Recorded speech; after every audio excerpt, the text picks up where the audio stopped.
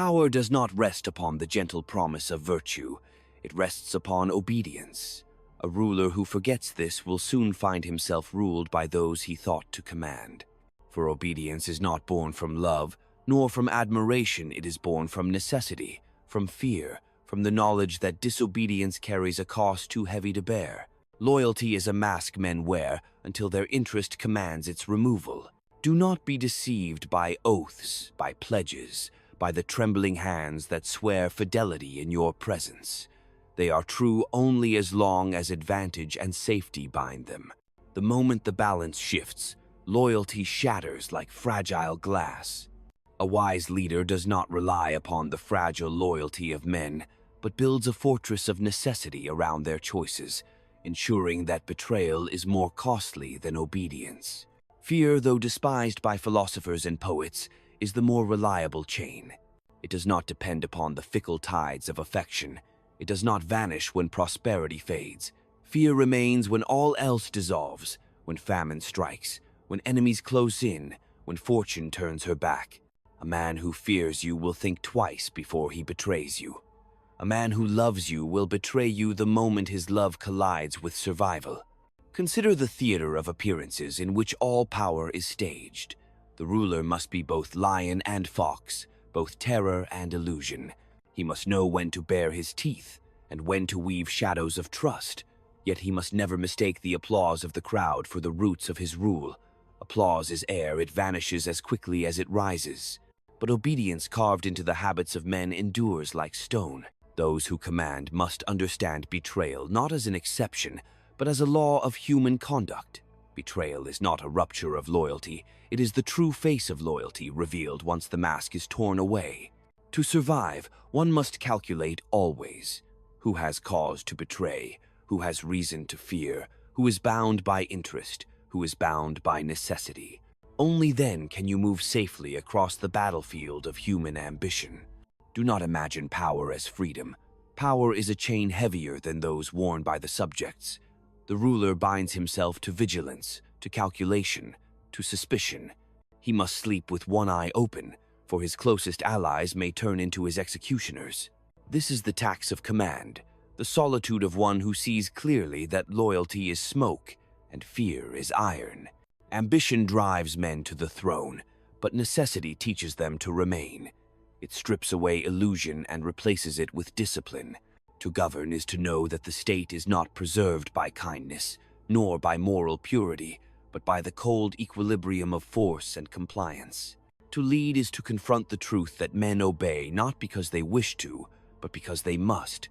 This is the dark truth. Obedience is the root of order, loyalty is the shadow of interest, and fear is the strongest thread binding them together. A ruler who denies this truth is already lost.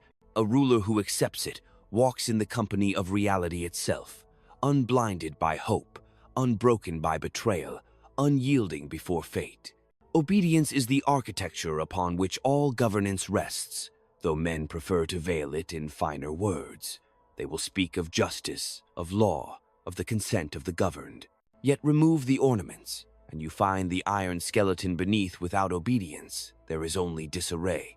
Men will follow only when compelled by necessity, and necessity wears many masks: hunger, fear, ambition, survival.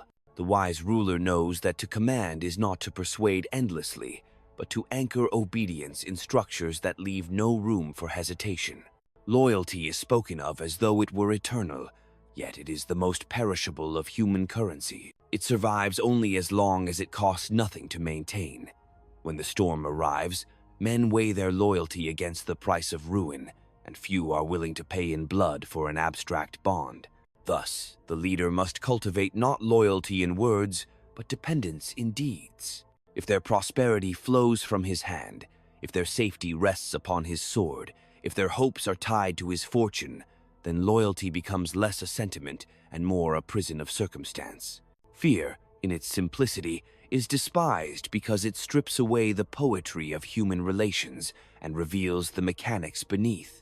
It is not beautiful, it is not noble, but it is durable. A man who fears loss will cling to what he has, and if that possession is his ruler's favor, he will not risk its forfeiture.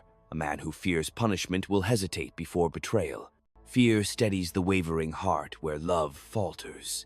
It binds even the treacherous, for while betrayal may tempt the mind, fear seizes the body and halts the hand. The pageantry of politics is necessary, for men are drawn to appearances, yet the substance beneath must never be forgotten. Appearances win the crowd, but it is obedience that secures the state.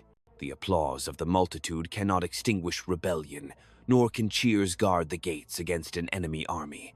Applause is wind, it passes and is forgotten. Obedience is stone, it holds weight, it endures. Betrayal must be treated not as a shock, but as a certainty. The wise ruler is betrayed in his mind 100 times before it occurs in reality, and so he is never caught unprepared. To trust blindly is to place your life in another's hands without knowing when they will close their fist. The ruler calculates constantly, who gains by his fall, who profits by his survival, who has grievances, who has ambitions. He accepts betrayal not as an outrage, but as part of the natural order, as predictable as the seasons. Power is not liberation, it is confinement. The subject's chains are visible, but the rulers are invisible, forged from vigilance, suspicion, and calculation. He must be alert always, for his allies can become enemies, his friends can become rivals, his blood can turn against him. The solitude of command lies in knowing that every smile may conceal a blade, and every oath may already be broken. Ambition drives men toward authority, but once they grasp it, ambition gives way to necessity. To remain in power is no longer a matter of desire, but of survival. Fortune is fickle, enemies are patient, and the masses are restless. To preserve authority is to live in constant balance between terror and trust, between generosity and severity, between hope and fear. Too much of one and the ruler is despised, too much of the other, and he is overthrown. The truth is not gentle. Men obey not because they wish to, but because they must. They bow before force, before the fear of loss, before the structures that bind them. A ruler who relies on their goodwill is already defeated, for goodwill vanishes like mist in the morning Sunday. But fear endures, necessity endures, interest endures. These are the pillars upon which true authority rests. This is the dark truth that most will deny, for it offends their illusions of virtue. Yet the ruler cannot afford illusions. He must see the world as it is, not as he wishes it to be. He must embrace the remorseless architecture of power, or else he will be consumed by it. For obedience, loyalty, and fear are not ideals, they are instruments, and only by mastering them does one endure. Obedience bends men more surely than persuasion, for persuasion appeals to reason, while obedience appeals to survival. Reason can be argued against, but survival is absolute. When men see their fortunes, their families, their safety bound to your command, resistance is no longer a choice, but a risk too great to endure. The wise ruler does not waste time convincing where he can compel, for compulsion writes itself into habit, and habit is stronger than belief. Loyalty is a word men whisper to flatter power, but its substance is thin, dissolving at the first touch of self-interest. What men call loyalty is often mere alignment of circumstances. Their gain coincides with yours. Their safety depends upon your shield. Their advancement flows from your favor. Strip these away, and loyalty disappears, revealed for what it always was, a mask of convenience. The ruler who survives is the one who transforms this frail sentiment into necessity, ensuring that departure from him means ruin, and closeness means security. Fear endures where affection dies. Affection wanes with familiarity, with disappointment, with the slow erosion of admiration. But fear renews itself with each punishment witnessed, with each consequence enforced, with each reminder that disobedience bears a cost. Fear does not demand constant attention, it demands consistency. A single harsh example, carried out with precision and resolve, echoes longer in memory than 100 promises of kindness. Men do not forget the weight of fear, for it inscribes itself into the flesh of their decisions. Appearances cloak the machinery of power, for men are more captivated by illusion than by reality. They judge not by substance but by spectacle, and so the ruler must act upon the stage as though every gesture were a proclamation. Yet he must never mistake the applause for the foundation of his rule. Applause is a moment, obedience is permanence. To govern through appearances alone is to build on sand, for when the tide turns, the edifice crumbles. To govern through obedience is to anchor in stone, immovable by the currents of opinion. Betrayal is not an aberration, but the natural flowering of ambition when opportunity appears. It should not surprise the ruler that men betray it, should surprise him only when they do not. The prudent leader anticipates betrayal in every hand extended, and thus he arranges the stage so that betrayal carries no profit. He divides power, balances interests, breeds rivalries among those around him, ensuring that no single hand can strike without being struck in turn. In this way, betrayal becomes less a danger than a trap for those reckless enough to attempt it. Power encloses the ruler more tightly than any prison could. His freedom is narrower than that of his subjects, for he is chained by necessity, suspicion, and the constant weight of vigilance. To command is to surrender the innocence of trust, to live always in the knowledge that deception lurks in every corner, that silence often conceals conspiracy, that smiles may be daggers in disguise. This solitude is the ruler's burden, the unshared knowledge that leadership is less glory than it is exile. Ambition may carry a man to power, but it is necessity that keeps him there. Ambition is fire, bright and consuming, but necessity is stone, cold and unyielding. The ruler learns quickly that he cannot govern by desire alone, for desire is fleeting and fortune is capricious. He must anchor his rule in necessity, in the immutable truths of fear, obedience, and interest. These are not ideals, they are instruments, harsh yet dependable. He who clings to ideals will be broken by reality. He who grasps reality will bend ideals to his command. The essence of command is this: men obey not because they love, but because they must. They follow not from conviction, but from calculation. They remain not from devotion, but from dependency. The ruler who accepts this truth sees clearly and governs effectively. The ruler who denies it is blind, and blindness in power is fatal. Thus, the architecture of rule is built not on virtue, not on trust, not on the fragile bonds of sentiment, but on the cold foundations of fear and necessity. This is the architecture that endures when fortune turns, when enemies press, when allies waver. This is the architecture of survival. The ruler who clings to promises of loyalty will find himself abandoned at the first taste of adversity. For men do not sacrifice themselves for words, they sacrifice only when compelled by necessity.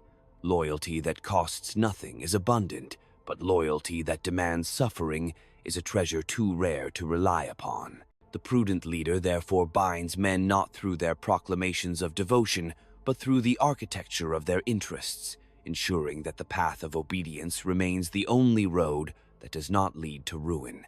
Fear is sharper than hope. Hope can be postponed, redirected, or extinguished by disappointment, but fear pierces instantly, commanding the mind and the body without delay. It breeds caution where recklessness might otherwise flourish. It restrains ambition where love would inflame it. Fear disciplines men more effectively than admiration ever could, for admiration invites rivalry while fear silences it. A ruler who cultivates fear with precision, without descending into chaos or cruelty, forges an order that even treachery hesitates to challenge. Appearances serve as armor, yet armor alone does not win battles. The theater of leadership is necessary, for men crave symbols more than truths, but the ruler must never mistake the mask for the flesh beneath.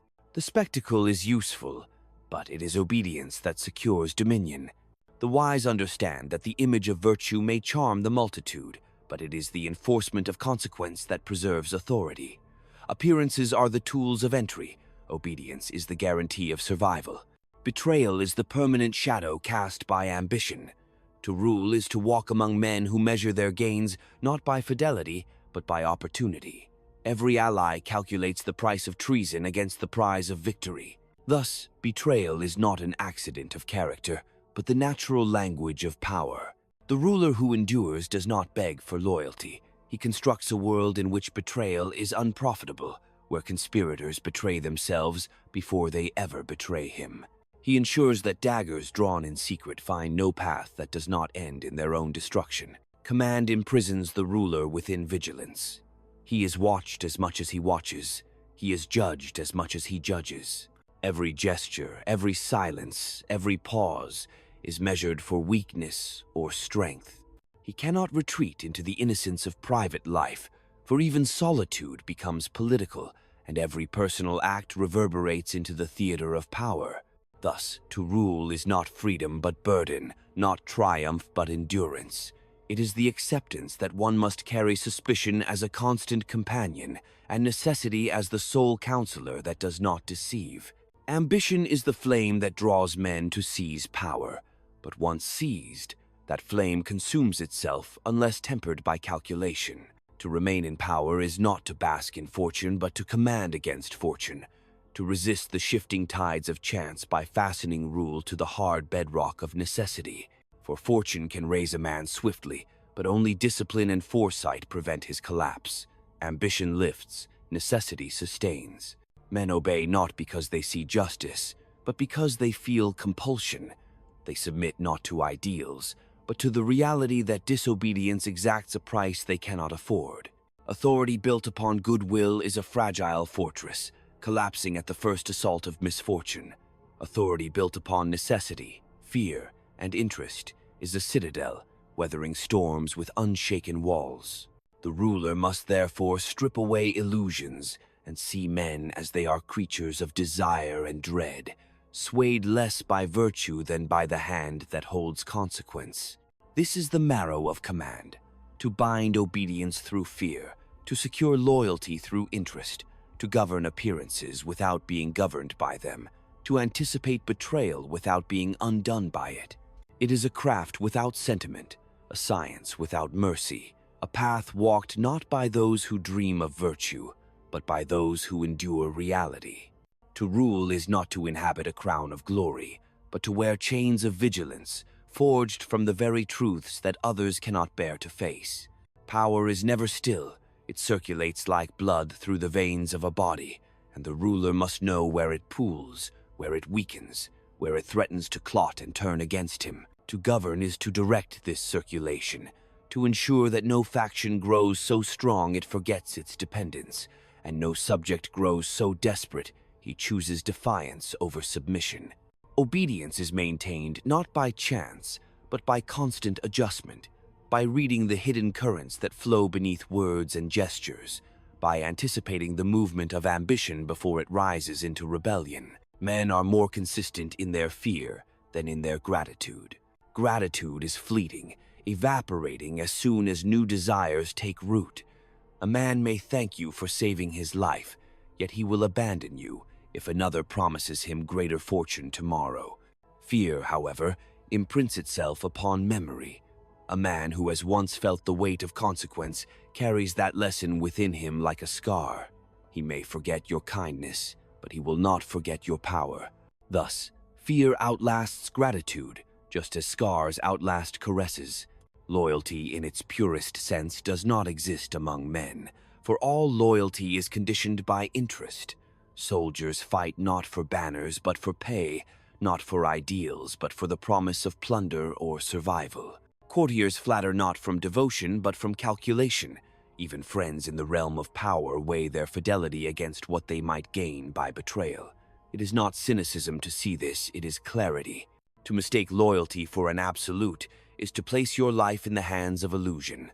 To understand loyalty as interest is to control its boundaries, to decide what men value more in staying than in leaving. Appearances, though fragile, are weapons when wielded with precision.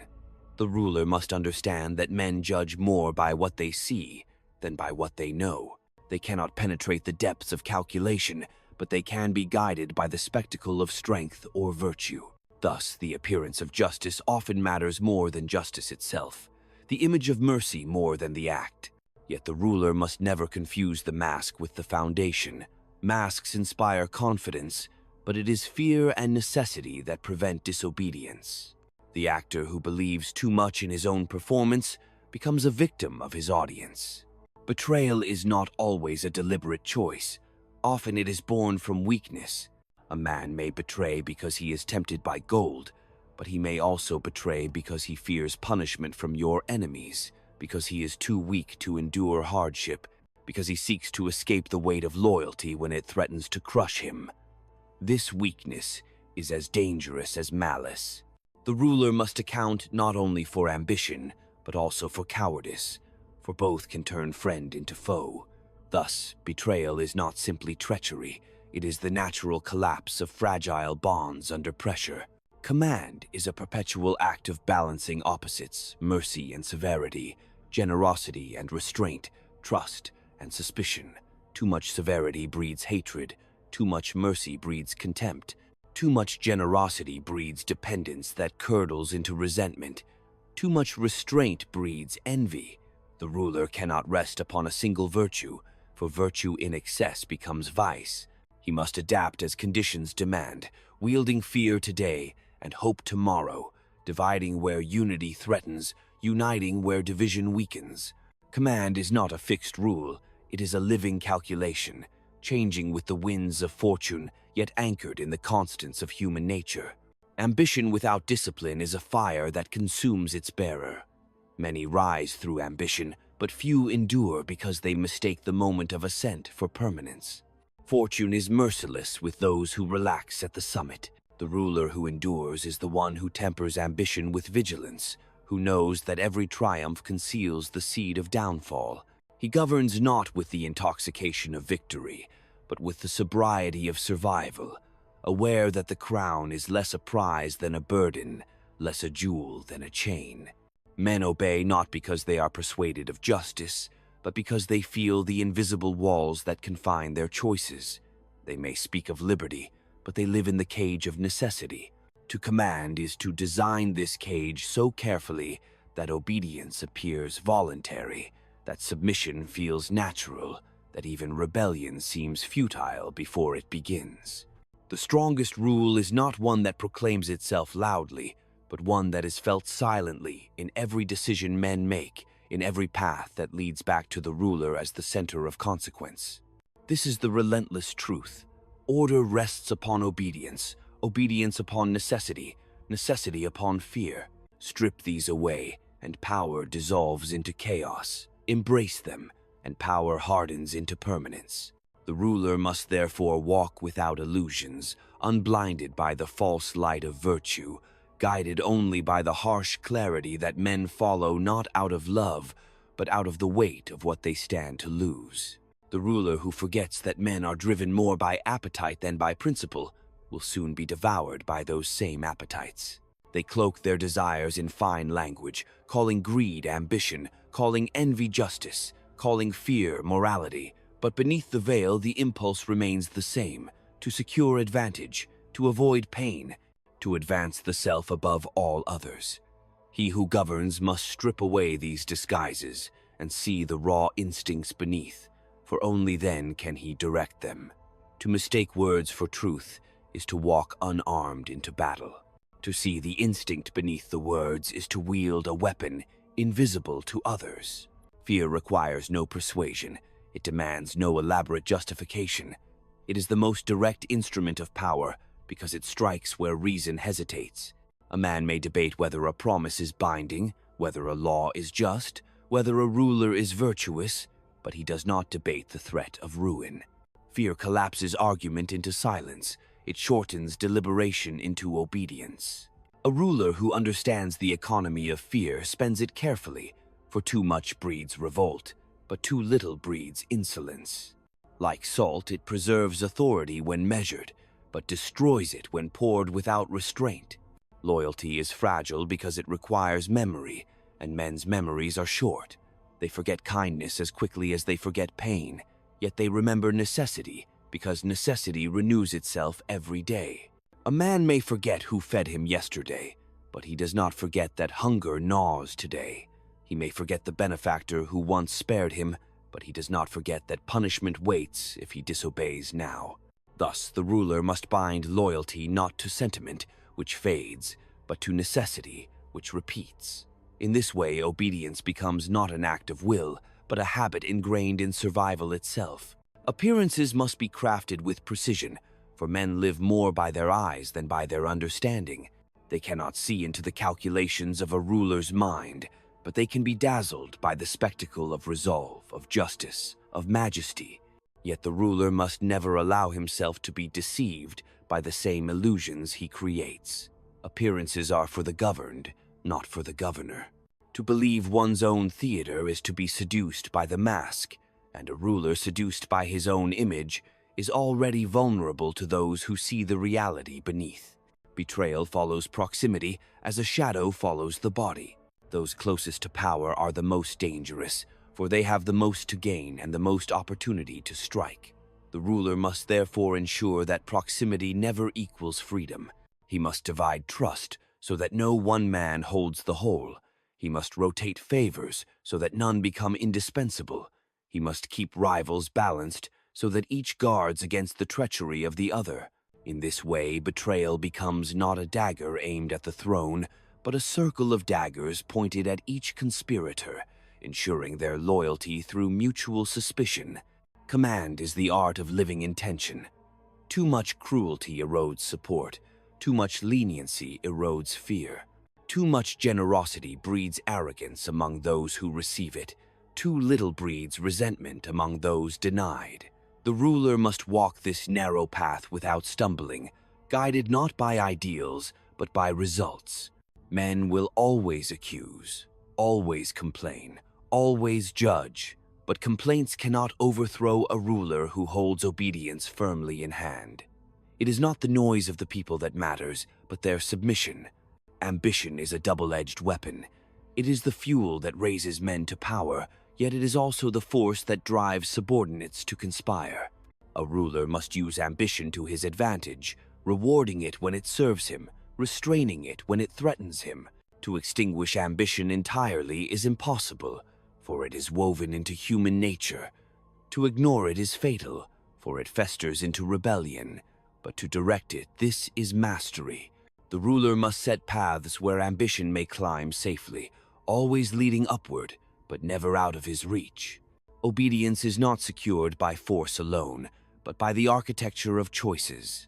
When every road leads back to the ruler, men obey without realizing it. When disobedience offers no gain, men choose obedience as though it were freedom. This is the highest form of control, when men believe they act by their own will, while in truth their will has been shaped by the invisible hand of necessity. To govern in this way is to construct a world where even rebellion reinforces authority, where even defiance proves the futility of resistance.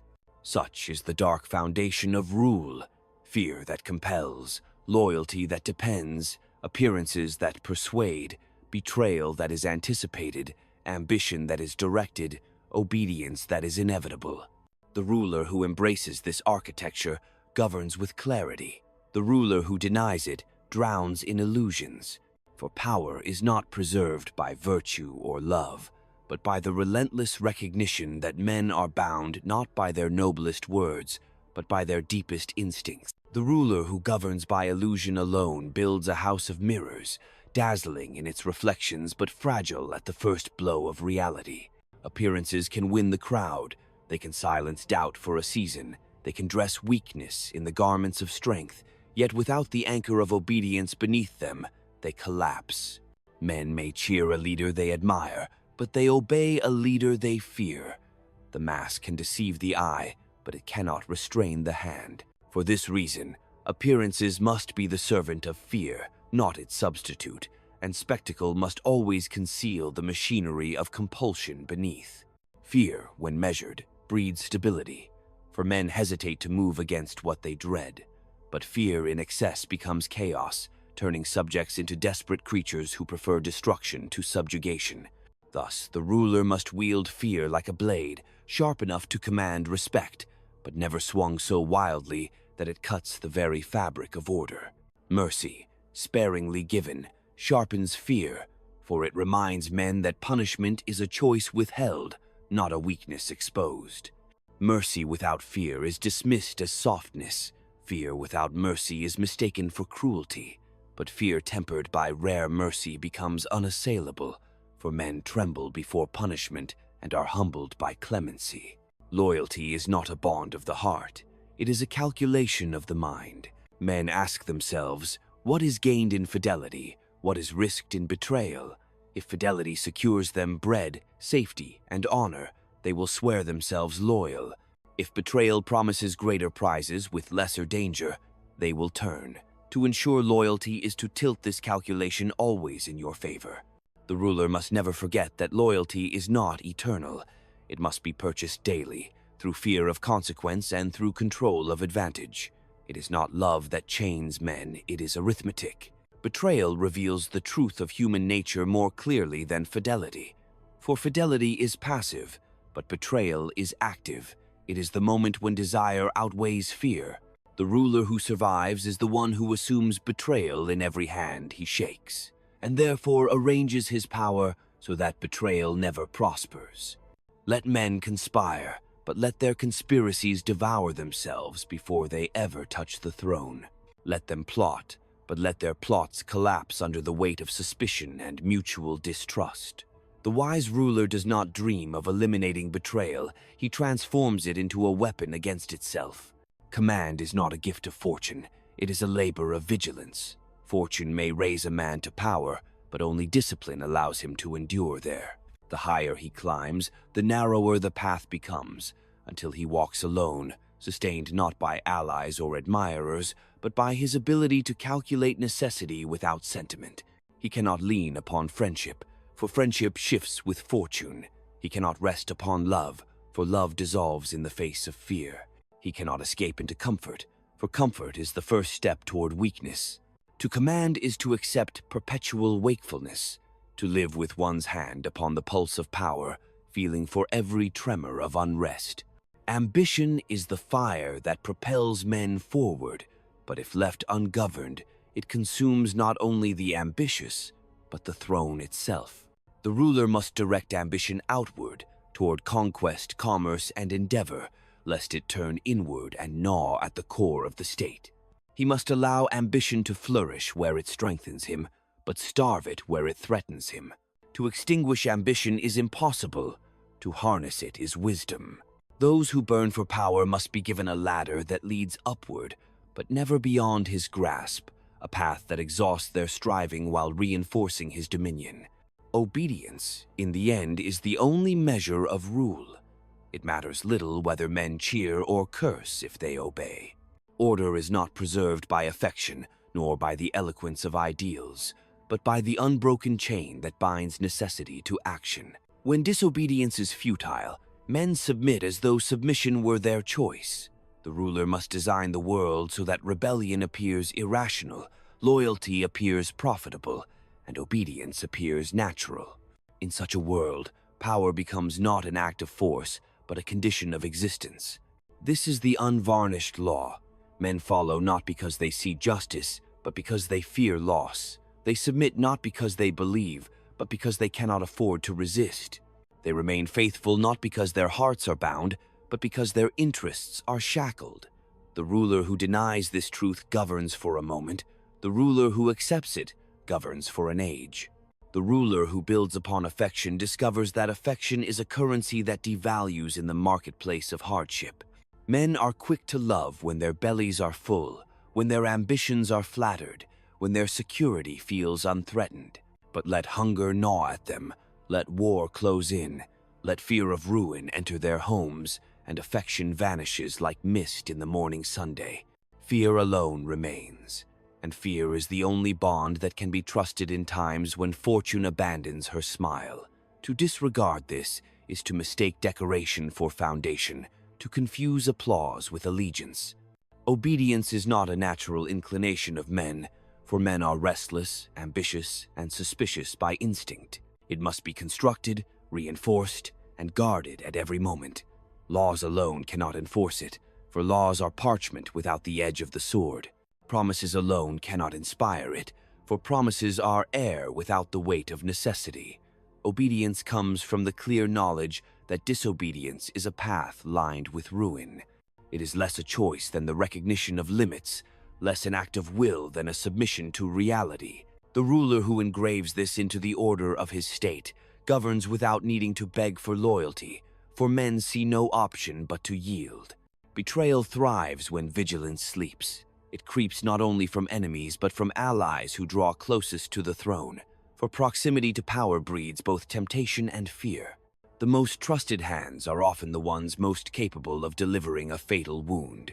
To rule is to live in the awareness that faith and treachery dwell side by side in every human heart, waiting for opportunity to tip the balance.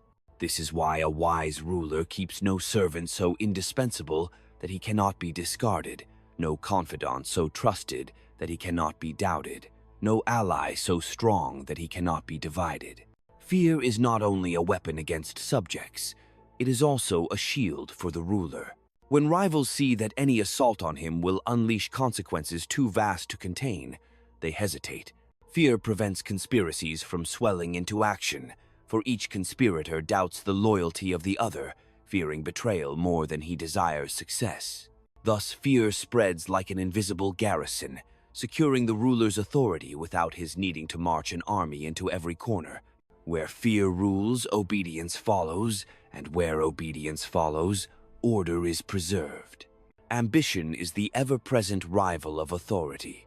Each man harbors within himself the secret belief that he is more deserving than those above him, that with opportunity he could seize what fortune has denied.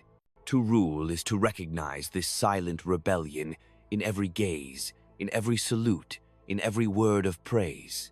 Ambition cannot be extinguished, for it is woven into human nature, but it can be directed, shaped, and controlled. The ruler must provide ladders for ambition to climb, that lead not to the throne but to service, to victories that strengthen the state rather than fracture it. In this way, ambition becomes fuel for the ruler's fire rather than a spark for his destruction. Appearances are indispensable because men live by impressions, not by truths. They cannot pierce the veil of strategy, but they can be moved by the spectacle of strength, of mercy, of resolve. Yet appearances are not reality, and the ruler must never mistake the costume for the actor. To govern through appearances alone is to be governed by the eyes of others, to live as a slave to their illusions. Appearances must be crafted as tools, masks worn for the moment, never as foundations upon which survival rests. For when the mask slips, only fear and necessity hold the structure intact. Power is not a crown of liberty, it is a chain of vigilance. To lead is to bind oneself more tightly than those who are led. The subjects may grumble in the shadows, but the ruler must stand in perpetual light, exposed to envy, suspicion, and hatred. He cannot relax, for his ease is another's opportunity. He cannot trust wholly, for trust invites betrayal. He cannot withdraw, for withdrawal is read as weakness. His freedom is narrower than theirs, though his authority appears greater. To command is to live with solitude, suspicion, and the weight of necessity pressing down with every decision. Thus, the architecture of rule is neither virtuous nor sentimental. It is built upon obedience carved from necessity, loyalty shaped by interest, fear sharpened into vigilance, and ambition redirected toward service. The ruler who understands this sees the world without ornament, without illusion, and therefore governs not by what men claim they are, but by what they truly are. This vision is cold, but it is clear, and clarity is the only safeguard against the endless treacheries of fortune and of men. The ruler who indulges in the comfort of trust without the armor of suspicion is already undone, for trust is a door left unguarded, and suspicion is the sentinel that never sleeps. Every man close to power carries within him both loyalty and treachery, and circumstance decides which will emerge. To command is to create circumstances that make treachery a cost no man can bear, and loyalty a calculation that serves his interest. Trust without vigilance is weakness. Vigilance without trust is loneliness.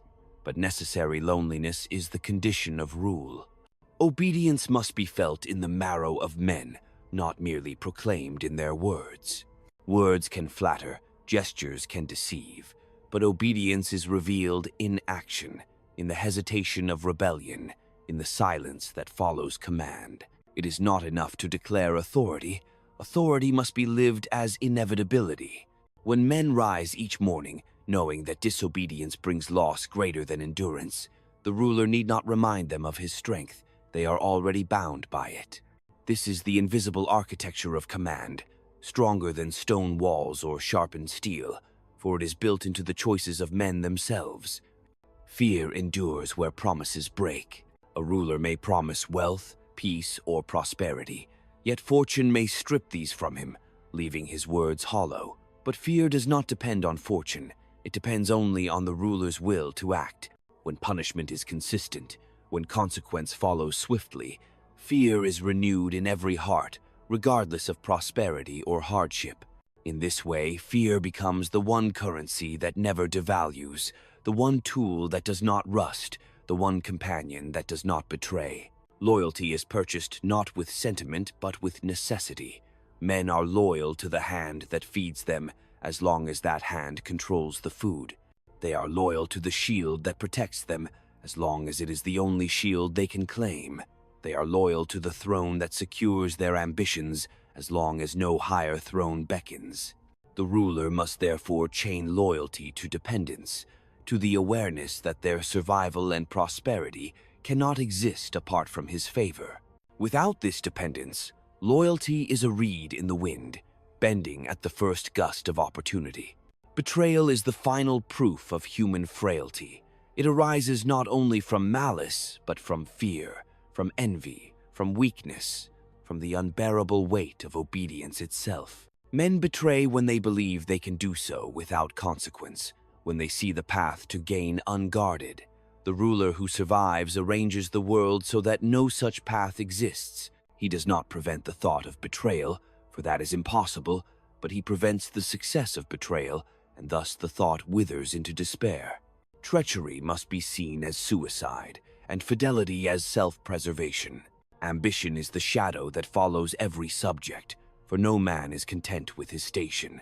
The wise ruler does not seek to extinguish this fire, for to attempt it is to fight against nature itself. He channels it, feeding it with rewards, distracting it with contests, directing it into service. He lets men climb, but never high enough to look down upon the throne. He lets them dream, but never so broadly that the dream consumes the state. In this way, ambition becomes a chain that tightens around its bearer, pulling him into obedience even as he believes he ascends. Appearances matter because men are shallow in their judgment, but the ruler must never become shallow with them. The mask he wears is for their eyes, not for his.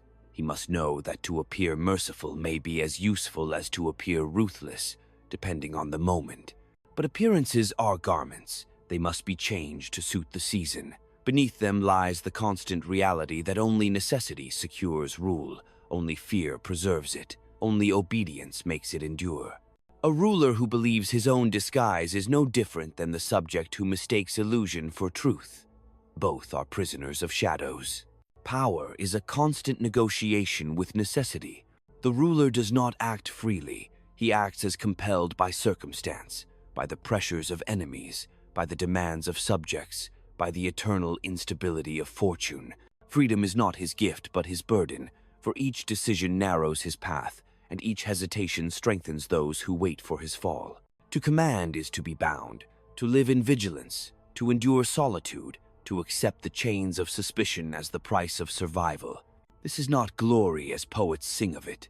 This is the iron weight of reality, borne by those strong enough to carry it. Power is never granted without cost, and the cost is borne most heavily by the one who commands. The subject may suffer hunger, toil, or fear, yet he can curse the heavens and remain blameless. The ruler has no such refuge, for every misfortune is laid at his feet, every hardship traced back to his hand. He carries responsibility even for the whims of fortune, for men prefer to believe their misery is the design of their master rather than the cruelty of fate. Thus command binds him to guilt that is not always his, yet must always be answered as though it were. Obedience is strongest when men no longer distinguish between their own interest and the will of their ruler. This alignment is not natural, it must be engineered. Through rewards, punishments, and appearances, the ruler molds the desires of the people until they find their advantage in compliance and their ruin in resistance. When the ruler's survival and the subject's prosperity are seen as inseparable, obedience ceases to feel imposed and begins to feel inevitable. In this lies the deepest form of control, not the visible chain, but the invisible bond of interest woven into the daily life of the governed. Fear, though despised by the weak, is revered by the prudent, for it exposes the true measure of power. Love is noisy and uncertain, swelling one day and vanishing the next. But fear is silent and enduring. It does not require constant attention, it merely requires consistency. One decisive punishment echoes longer than 1,000 acts of generosity, for it teaches not only the punished, but all who watch. Men admire virtue, but they remember consequence, and it is memory, not admiration, that governs obedience. Loyalty collapses when it ceases to be useful. Those who praise you today will curse you tomorrow if fortune shifts and their gain lies elsewhere. Therefore, the ruler must ensure that betrayal is never more profitable than fidelity. To achieve this, he must tie men's ambitions to his success, make their prosperity dependent upon his favor, and their ruin certain if they turn away. Loyalty, stripped of illusion, is nothing more than necessity disguised as devotion. The wise ruler does not despise this truth, but uses it as iron to forge unbreakable bonds. Betrayal is not an interruption of order, but a component of it, a permanent hazard like fire in the hearth, useful when contained, destructive when neglected. The ruler who anticipates betrayal structures his state so that conspiracies collapse under their own weight. Conspirators distrust one another more than they despise him, and the reward of treason never exceeds the cost. In such a world, betrayal ceases to threaten the throne. It threatens only those foolish enough to attempt it. Ambition fuels both creation and destruction.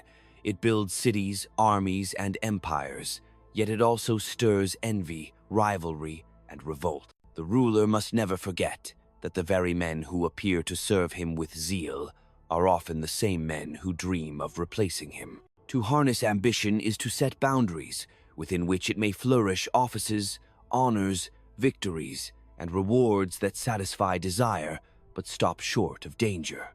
He must allow ambition to strive, for stagnation breeds decay, but he must never allow it to climb so high that it looks down upon the throne. Appearances are the garments of authority. Men are guided more by what they see than by what they know, and so the ruler must stage every act as though it were performed upon a public stage. Justice must be displayed, mercy must be seen, strength must be shown even if the substance beneath is calculation rather than virtue. Yet the ruler must never be seduced by his own display. Appearances are for others, not for himself. The actor who falls in love with his mask forgets he is acting, and in that moment he is destroyed by those who see the truth he has concealed. Power confines more than it liberates. The subject may indulge in ignorance, but the ruler must remain awake, vigilant against every threat, alert to every whisper of conspiracy. He cannot rest in friendships, for they are fragile. He cannot lean upon alliances, for they shift. He cannot seek comfort in hope, for hope blinds. He must instead live by calculation, by necessity, by suspicion sharpened into wisdom. To rule is not to be free, but to be bound more tightly than all others, bound to vigilance, bound to survival, bound to the unrelenting clarity of reality. The throne is a fortress, built as much from perception as from stone, and yet stone endures longer than perception. Men can be blinded by symbols, dazzled by ritual, seduced by spectacle, but when hunger gnaws and enemies press, they turn from illusion to necessity. A ruler who governs by symbols alone governs for a season. A ruler who governs by necessity governs for an age. For necessity is the one truth that does not yield to opinion, the one law that does not bend to applause, the one force that survives even when fortune withdraws her favor. Obedience grows firm when it is anchored in fear of consequence and softened by hope of gain. Fear alone breeds desperation. Gain alone breeds insolence. But when the two are balanced, men find no reason to resist. They walk the path laid before them, not because it is noble, but because it is safer than all others. They call it loyalty, they call it duty, but beneath the words lies the simple recognition that deviation invites punishment and compliance promises reward. The ruler who maintains this balance writes obedience into the very habits of his people until it ceases to feel imposed and begins to feel natural. Fear is the invisible sentinel that guards the state when soldiers sleep. A man who loves may still betray if his heart turns or his hope is disappointed, but a man who fears will hesitate, for fear is swifter than thought and heavier than conscience. It does not wait for deliberation. It strikes immediately at the nerve of survival. The wise ruler does not wield fear with excess, for excess breeds chaos, but he ensures its presence is always felt. Fear must be steady as the rhythm of breath, subtle yet constant, shaping every decision without declaring itself in every moment. Loyalty without dependence is a dream. Men are loyal when their interest is bound to yours, when their fortunes rise and fall with your favor, when their safety is guaranteed only under your shield. Strip away these bonds and loyalty evaporates, revealing itself for the shadow it always was. The ruler must therefore bind men not with sentiment but with structure, tying their lives, their ambitions, their prosperity to the survival of his authority. In this way, their loyalty becomes indistinguishable from self-preservation, and to betray him would be to betray themselves. Betrayal, though inevitable in thought, must be made fatal in action. The ruler cannot prevent men from imagining treachery, for ambition and envy are natural to the heart, but he can prevent them from acting by ensuring that every avenue of conspiracy is lined with danger. Spies, rivalries, divided loyalties, and the careful distribution of power make betrayal a gamble too costly to attempt. When the hand that holds the dagger trembles with fear of failure, betrayal dies before it is born. Thus, the ruler does not eliminate treachery, he starves it until it devours itself. Ambition must be mastered as one masters fire. Left unchecked, it spreads without limit, consuming even the walls meant to contain it. Extinguished entirely, it leaves the state cold and stagnant, lifeless in its stillness. The ruler must therefore feed ambition sparingly, directing it into channels that build strength rather than undermine it. He must offer victories that bind men to his cause, rewards that tether their striving to his service, contests that exhaust their envy while proving their loyalty. In this way, ambition becomes not a rival but a servant, burning brightly where it is useful, dying where it is not. Appearances remain necessary, for men judge more by sight than by truth. They cannot see into motives or calculations, but they can be guided by the display of justice, the show of mercy, the spectacle of strength. The ruler must therefore act always as though upon a stage, aware that every gesture is weighed, every silence interpreted, every expression transformed into meaning. Yet he must also know that appearances are tools, not foundations. They persuade, but they do not bind. Only fear and necessity bind. A ruler who forgets this and begins to govern for appearances alone becomes a prisoner of his own performance, undone when the curtain falls. Power is not freedom but burden, a chain heavier than that of the governed. The subject may sleep untroubled by visions of conspiracy, but the ruler lies awake, counting every ally as a potential rival, every friend as a possible traitor. He cannot rest in trust, for trust is a luxury that authority cannot afford. He cannot abandon vigilance, for vigilance is the price of survival. To command is to live within the constant pressure of necessity, to wear suspicion as armor, to stand alone in the clarity that others fear to face. This is the solitude of rule, not adorned by glory, but defined by endurance. Power does not end in triumph, it ends in silence. The ruler who has endured does not walk away crowned in love, but in the knowledge that survival itself is victory.